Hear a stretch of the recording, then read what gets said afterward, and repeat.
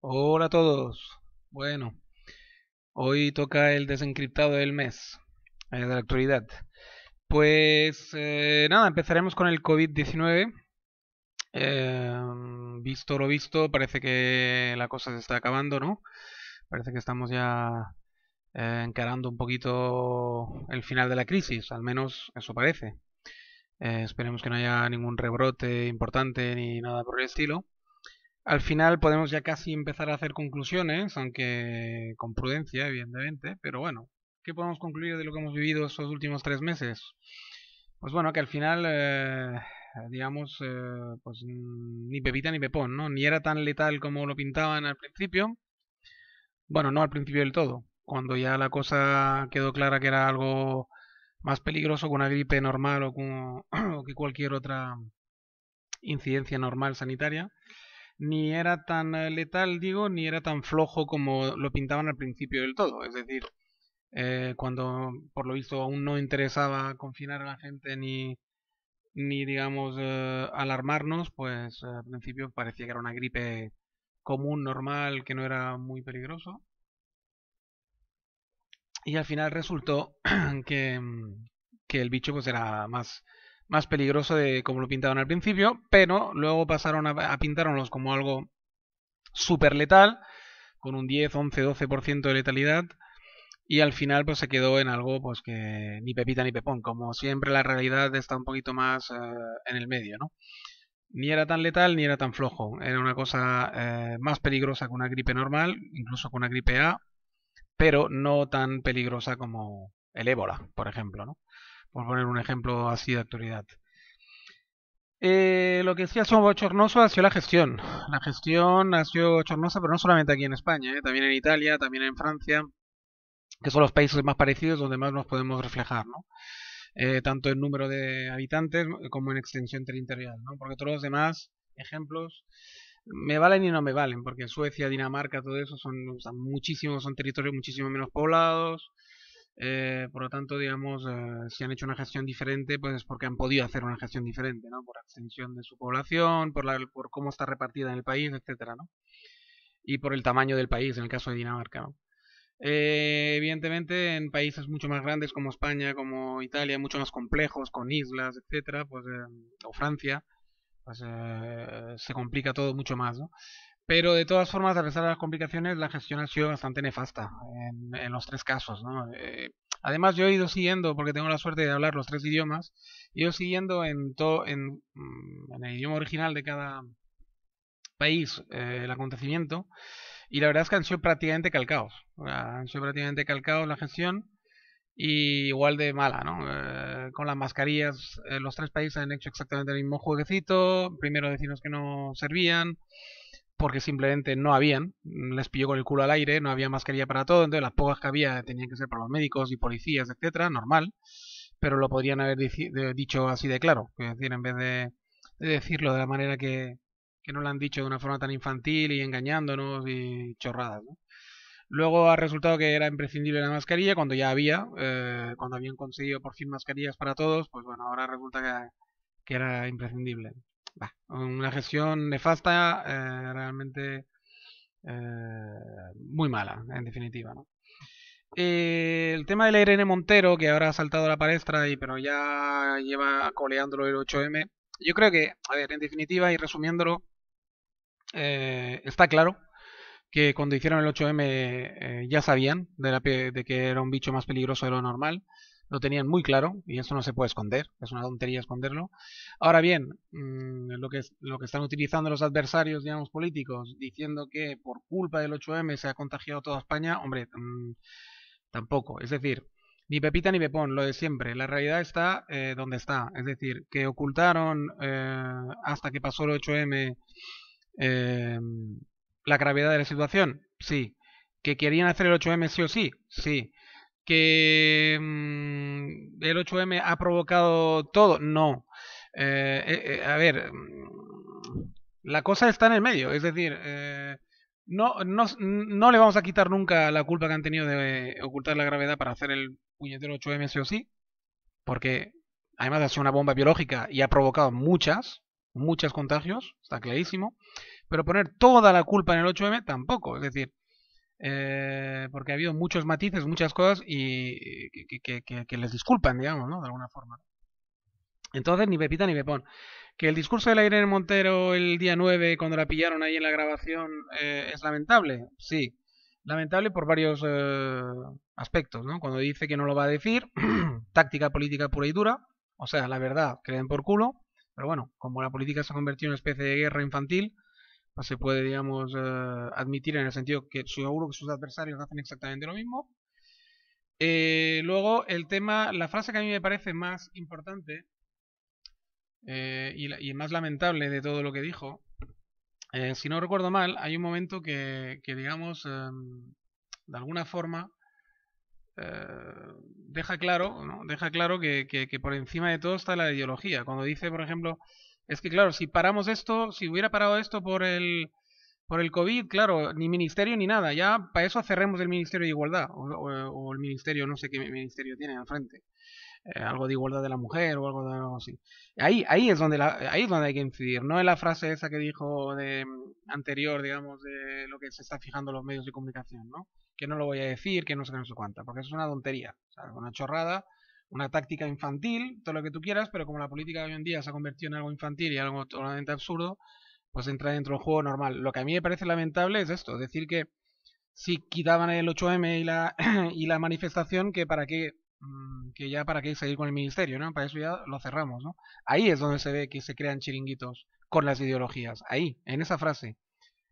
Ahí está la clave, y donde yo habría que destacarlo en rojo y en violeta. Y si puedo rescatar ese trozo, lo rescataré y lo acabaré vendiendo en algún audio vídeo, para que nadie se olvide de este trozo, porque ahí se ve el tacticismo político llevado hasta las últimas consecuencias, ¿no? Donde se ve claramente, y dejaos de engañaros, que ellos trabajan básicamente y primero de todo para ellos mismos.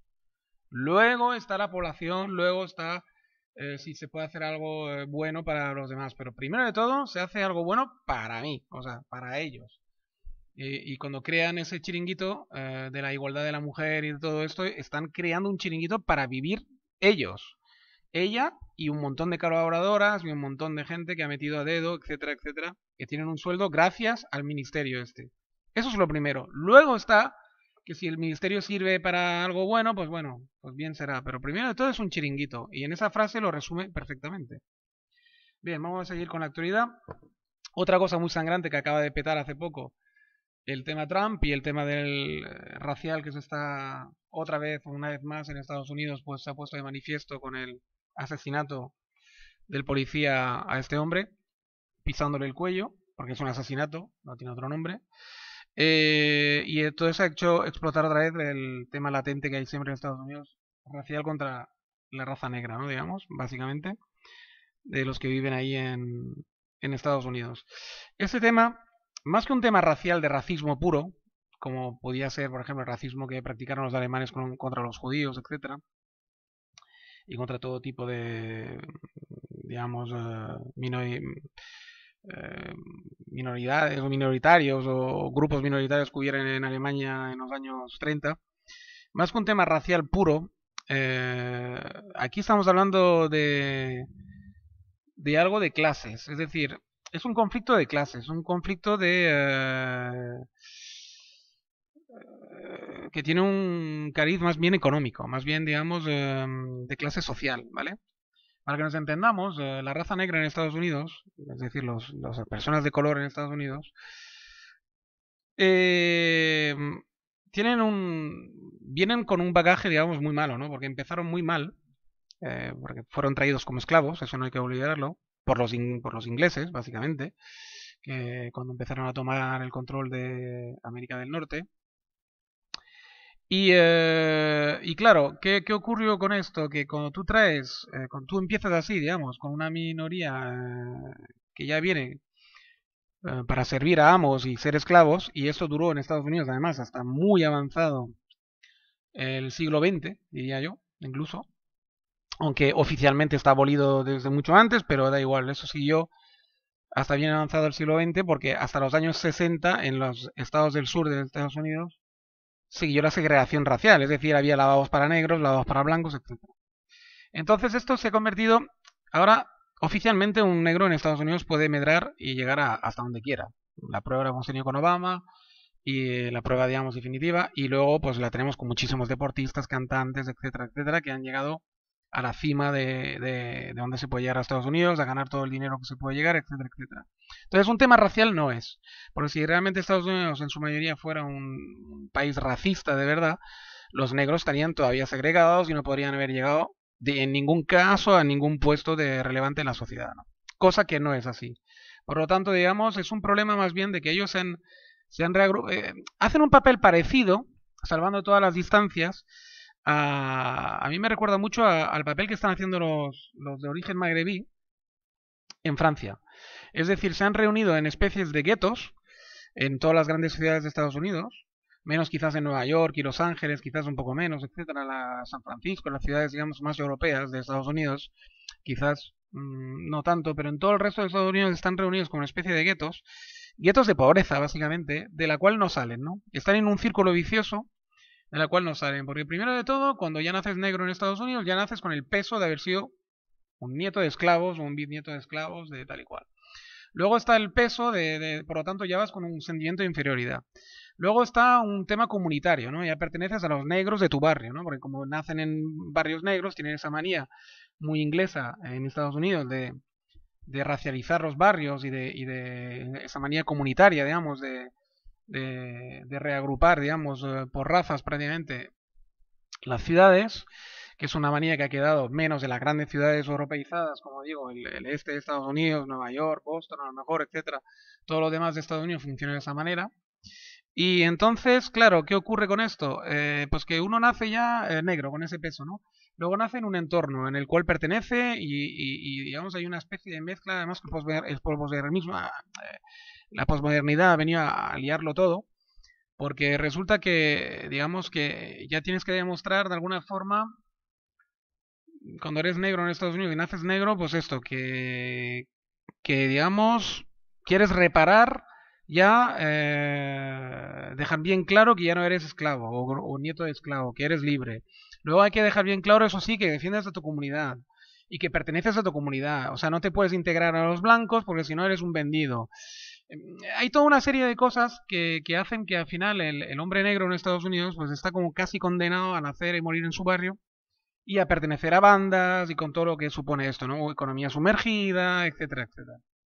Más bien dedicarse a las drogas, pero claro, trabajar para un blanco, para un patrón blanco, lo que sea, que suelen ser los que tienen las grandes empresas en cada ciudad de Estados Unidos, sobre todo en el sur y sobre todo en el centro de Estados Unidos, pues ya de alguna forma es rebajarse, ¿no? Entonces, claro, no vas a trabajar por un blanco, porque si no ya te rebajas y ya haces un poco como de esclavo, ¿no? De alguna forma en tu cabeza, entonces, claro, prefieres pues menudear con las drogas o cualquier cosa que te hace sentir empoderado, ¿no?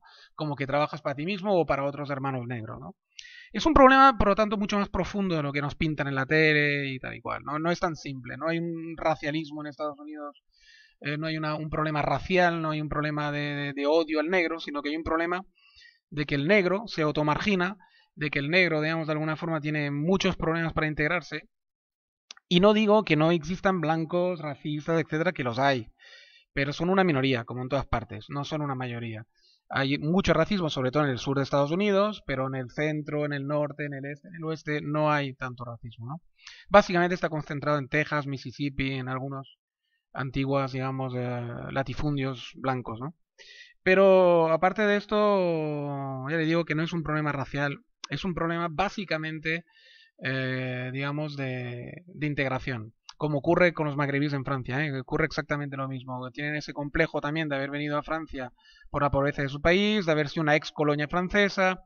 Vienen con el problema este y de alguna forma también el jovencito árabe de tercera generación o incluso de segunda que ya se ha criado con el posmodernismo, que le han dicho que tiene que empoderarse, tiene que revolucionarse, tiene que estar orgulloso de sus orígenes, etcétera, etcétera, pues a veces se malinterpreta todo esto en los barrios y se interpreta de que no hay que trabajar para un blanco, de que no hay que integrarse en la sociedad blanca, que eso sería como rebajarse, que sería como perder los orígenes y encima liado con la religión y el Islam, que ahí toda la identificación está con el Islam y con la religión, ¿no? Más que con lo racial, digamos, ¿no? En el caso magrebí. Entonces, claro, es un problema profundo, es mucho más difícil de solucionar de lo que parece. Luego quisiera hablar un toquecito de economía y todas esas tonterías de la nueva normalidad y todo eso que nos están vendiendo.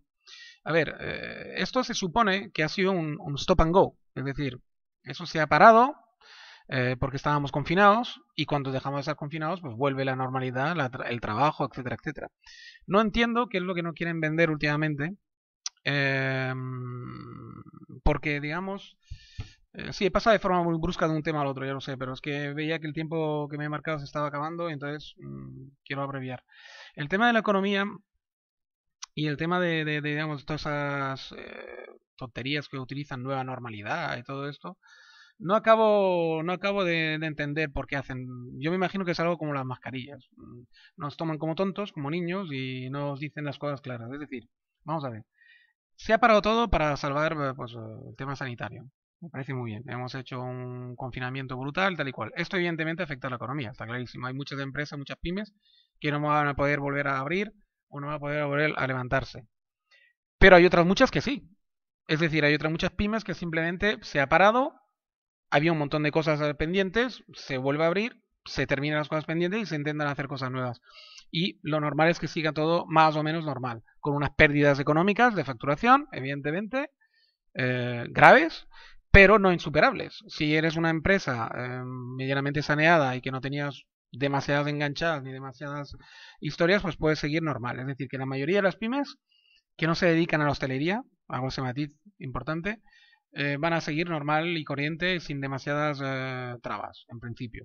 Entonces no entiendo por qué se nos está manejando de esa manera. O sí, mejor dicho, lo entiendo.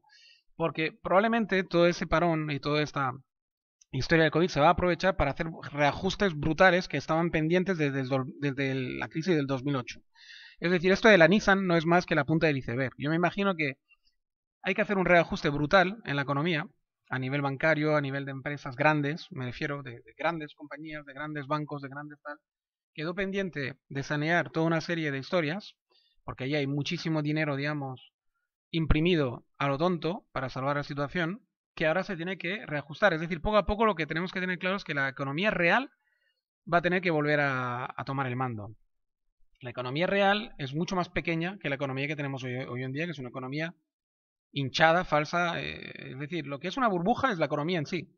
No, no como nos quieren vender, que hay burbujas a veces, como dicen ellos, burbujas del ladrillo, la burbuja de no sé qué, la burbuja de no sé cuánta, la burbuja tecnológica, no, no.